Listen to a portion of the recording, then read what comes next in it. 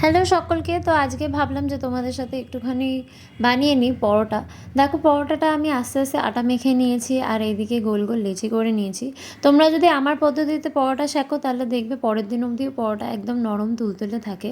এই রেসিপিটা আমার শেখা হয়েছে মামির কাছে। অবভিয়াসলি বিয়ের পর কিছুই জানতাম না সেরমভাবে। তো আস্তে আস্তে সময়ের সাথে সাথে অনেক কিছু শিখছি, তাই তোমাদের সাথেও ভাবলাম একবার শেয়ার করে নিই।